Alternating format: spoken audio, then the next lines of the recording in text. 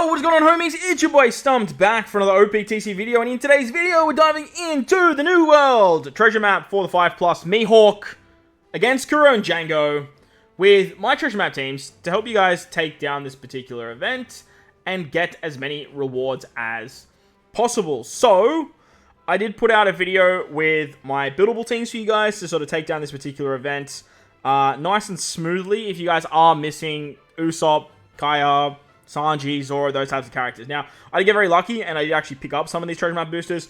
So we're going to check out how the new drop system actually looks when we're actually utilizing some of these characters. Now, if you guys don't know, treasure map did get a little bit of an upgrade in the sense that if you guys do have some of the treasure map boosters, you're actually going to get more drops every single fight. So, let's take a look at that when we go up against Mr. Mihawk himself. I am going to be utilizing a bit of a boosted recommended team here. I have put Usopp on the team, and I've used Ace as my captain. Now, the reason I'm actually doing that is because Ace can bypass special reverse, and this way I don't have to worry about too many super classes and all that sort of stuff. I don't exactly know how the content rocks yet, because it's still like, I don't know, first 20 minutes of treasure map. So, as time goes on, I will be sort of updating these teams, tweaking these teams, and sort of making them a little bit better. But if you guys have any ideas, any recommendations, anything like that, if you notice anything you're like, Stump, why you're not doing this, let me know down in the comment section below, and we can update them for a future video. And while you're down there, bell the like button for me. Helps me out a great deal. Hit the subscribe button if you guys are new, and hit the bell notification so you don't miss out on any of the fun. Let's dive into stage 2, where we get 6 turns of burn, a full board of block orbs, and there is threshold. Yeah, 6 turns of threshold.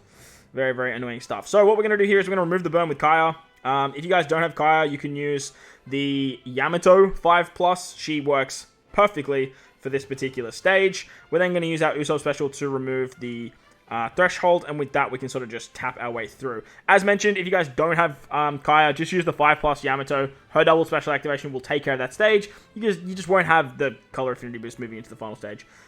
You guys will have something else. On this final stage, we go up against our boy Mihawk. He gives us a 1.1 attack and orb boost, which I completely forgot about, hilariously. So I am going to make sure I use the superclass of Usopp on the previous turn. That's definitely something I need to do. We're going to use Ace to get around the paralysis orbs. Ace is also going to increase the color affinity buff, and he gives us conditional with burn, which is super nice. We can then use the superclass of Usopp, the special of Usopp, all that fun stuff. Usopp's going to increase the orb buff, do all those shenanigans. And then we just got Blackbeard here, because Blackbeard looks really, really pretty. We really like Blackbeard, right? Blackbeard is just a pretty, pretty guy. We have a full board of Dex orbs, as you guys see here. And we're going to use some barrier pen shenanigans. Oh, and we're going to miss to tap our way through. We're using Sanji to get around the bind there. But if you guys have Anniversary Luffy, what's it called? The Super Sugo, he's just a direct replacement for that particular Sanji. So you guys can do some fun stuff there. Team works very, very nicely. It gives us a lot of points, obviously. But let's see how these drops look. We're going to do boosted effects. Ooh la la.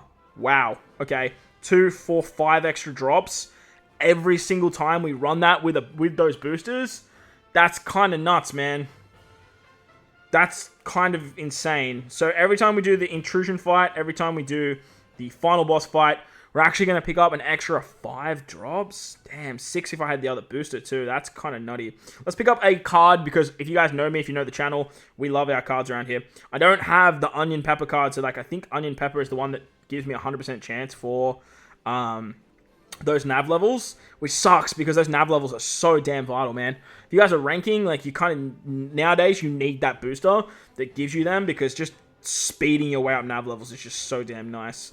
But I do like that they gave it to Onion Pepper and all whatever that guy's unit's names are. The Usopp Pirates, I guess we'll call them.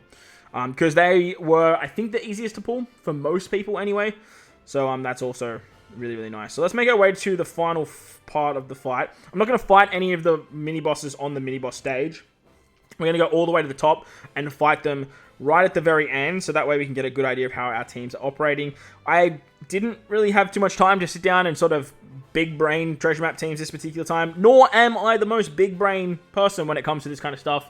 So we're going to use Nami Karina, as always. Use Nami Karina for at least one of our mini boss fights, because that's going to give us a few more drops. My mentality when playing treasure map is farm materials, not rank. Rank's cool, it's bounty, like flex, all that fun stuff. But as more of an endgame player, more of a modern Joe, I just find limit break materials to be just such a scarce resource. So farming materials rather than rank is definitely the way to play, and it helps your mentality as well. So on this particular team, we're using the rare recruit Vista for double special activation. He's going to bink the stage 1 and stage 2. You guys don't need to use wave clearing strats if you guys don't want to, but he works great. Now, as for the MVP of this fight, we are utilizing 5+ Luffy.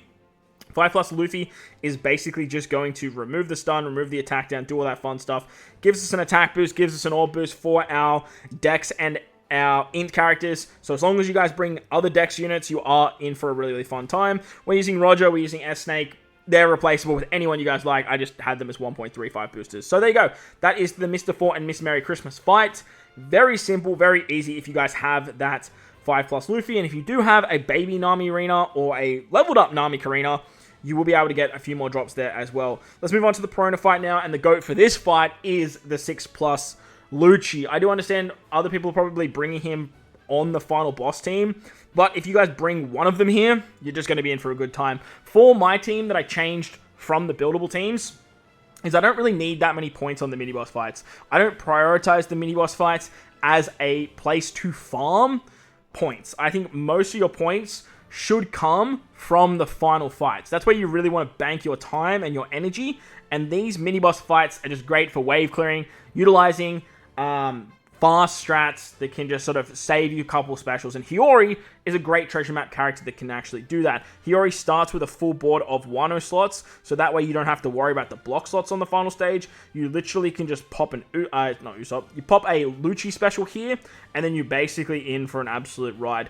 You can replace Zoro with Vista on this team, and that's actually probably something that I will do, just to give myself a little bit more color affinity with the start of Perona, because she has a Psy first half and a quick second half. It'll just allow me to, tap through that later down the line. But for now, Lucci's doing the trick. He gives you orb buffs. He gives you base stats. He can give you increased damage taken as well, which is awesome. Plus, he removes the defense up and the burn. So he's just a fantastic unit for this particular fight. As for Yamato, she's just a 1.35 times booster. Works very, very nicely. And then I can't even remember what the other character is. Moving on to the fight against Sugar, we are utilizing the double Gear 5 strategy. Gear 5 is just showing his worth as one of, if not the best legend in the game. If you're a new player, you definitely want to pick up Gear 5 from that new player banner. He's just going to help you out so much in this game. We use him everywhere. He just pops up all over the place. Mainly for this fight, he pops up because he can bypass defensive effects. He can get around bind and special reverse. Plus, he has a revive, so if you bring 2 of him, he can actually revive on a death hit because you do take a bunch of damage. Now, if you guys don't want to run 2, or if you are missing a Gear 5 yourself, you could just run any other leader. The Treasure Map Sanji's a really good shout. I'm using the new Sanji, but look, Treasure Map Sanji's a great swap. Hell, you can run Anniversary Shanks if you guys have Anniversary Shanks, but you need to make sure you bring 3 Straw Hat characters or Law Yamato units and stuff like that. The reason you need to do that is because you do want at least one of these characters to be able to go into the Gear 5 form.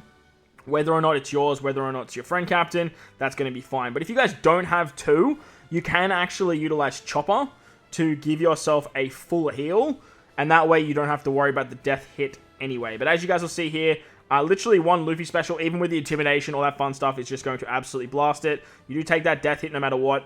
You unfortunately can't do anything about that with damage reduction effects and whatnot because Luffy doesn't allow you to, but the second Luffy will actually revive. Remember, you have so much HP, so if you need to, just use the Chopper special, heal back up, and you'll be absolutely hunky-dory. Moving on to the next mini boss now, we're coming up against Page 1 and Ulti. Now, Page 1 and Ulti, there was a bit of a text error that did state they have Intimidation on the final fight. Now, for my team, I'm actually utilizing a friend Captain Nami. I'm not using a dual team, and I stereotypically don't like to do this, purely because it takes a little bit longer actually finding the captain, but this particular fight throws so many annoying debuffs at you. The main ones being Despair and Paralysis. And if you use the Luffy, Anniversary Luffy, and Nami together, you can basically just bypass all of the very, very annoying mechanics. Another upside to this particular team is I have actually included all the characters to be either Powerhouse or Striker that will actually do damage. Also, I did actually take it into consideration that, there's two, what the hell? I also did take it into consideration that we do get the Intimidation. The plan was to use the Luffy special on turn 2 to actually wave clear as well. I actually just missed the skip button. But the upside to using Luffy here means that we get 3 turns of an attack buff. He also has wave clearing shenanigans.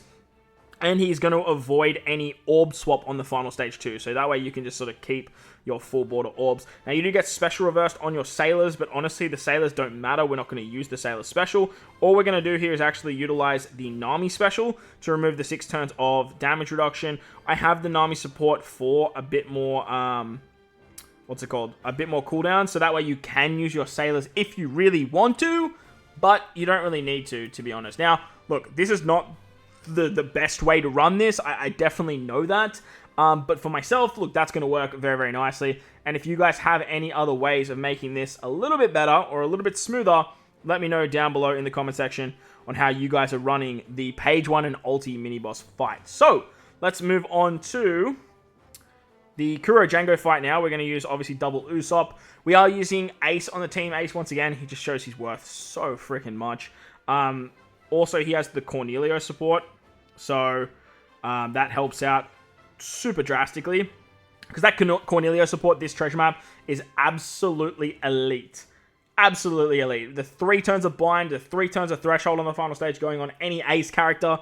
The Paralysis removal too, which can rotate the Paralysis orbs. Not that it matters, because Ace can actually do that. But he's just an absolute boss for this fight. An absolute boss. So, we're going to use that strategy, so that way we don't have to use double Usopp. But if you guys have the Cornelio and you have Ace, you're going to be in for a really good time there. On stage 2, we're going to use Blackbeard to basically bypass the damage nullification. Now, the downside to this is we have a full board of Slot Bind. We're going to remove the burn with Kaya, and we're also going to set target with Usopp. So, we don't have a way around the Slot Bind. None of our characters have Slot Bind abilities, but it really doesn't matter that much because we're not really going to use an orb buff anyway. I believe we're going to use the Mihawk orb buff, but like I said, it doesn't actually matter. You can actually take 2 turns there as well, because we are going to delay that stage anyway. Utilizing, oh no, I totally stuffed up here. I used the wrong Usopp. No. No, I used the wrong Usopp. Oh, no. Alright, well, this is going to be scuffed. But look, it is what it is. Ideally, you'd want to use your friend Captain Usopp. And then use... There's no way we just did this. That is crazy. Ideally, you'd want to use your friend Captain Usopp on the previous turn. And then your Usopp. And then you don't have to worry about all of this shenaniganry. But look, we're here now. And I guess we'll just rock it. Why are we doing so much damage, man? Holy shit. Okay, now we have to deal with defense up. Like I said, just make sure... I need to remember that too. Just make sure you use your friend captain on the previous turn, because you get the special one on your left-hand side. So, oh, that's annoying. Look, I don't really see... Oh, look, you might do something weird where you just, like, destroy me. But, look, at the end of the day, we would have used the Usopp special. It would have delayed. I wouldn't have to worry about the resilience. All of that, all of this annoying stuff wouldn't matter. And we could sort of just let bygones be bygones, you know? So, what if we utilize this? Tap that. We need to be able to take 2 shots. Oh, do we have any way to heal? Oh no. Oh no. Damn, man. Oh, do we tank it? Oh, that sucks. Alright, we'll use a gem for the sake of the video. But like I said, we would use Usopp there and then everything will be fine. So. Beautiful stuff. Awesome. Alright, so the teams work well. Besides that, obviously, last little scuffed part, getting it done with the boosted runs. Let me know what you guys are using in the comment section below. What do you guys find of this new treasure map update as well, where they've actually increased the limit break material drops as well? So, like, there's a chance that could be, like, ×2. And then also, characters will increase how many drops you get there too. Let me know down below. While you're down there, bell the like button, hit the subscribe button, do all that good stuff. Most importantly, wherever you guys are in this beautiful world, please remember to enjoy the rest of your day. Best of luck in treasure map as always. Thank you all for watching, and I'll catch you all in the next one.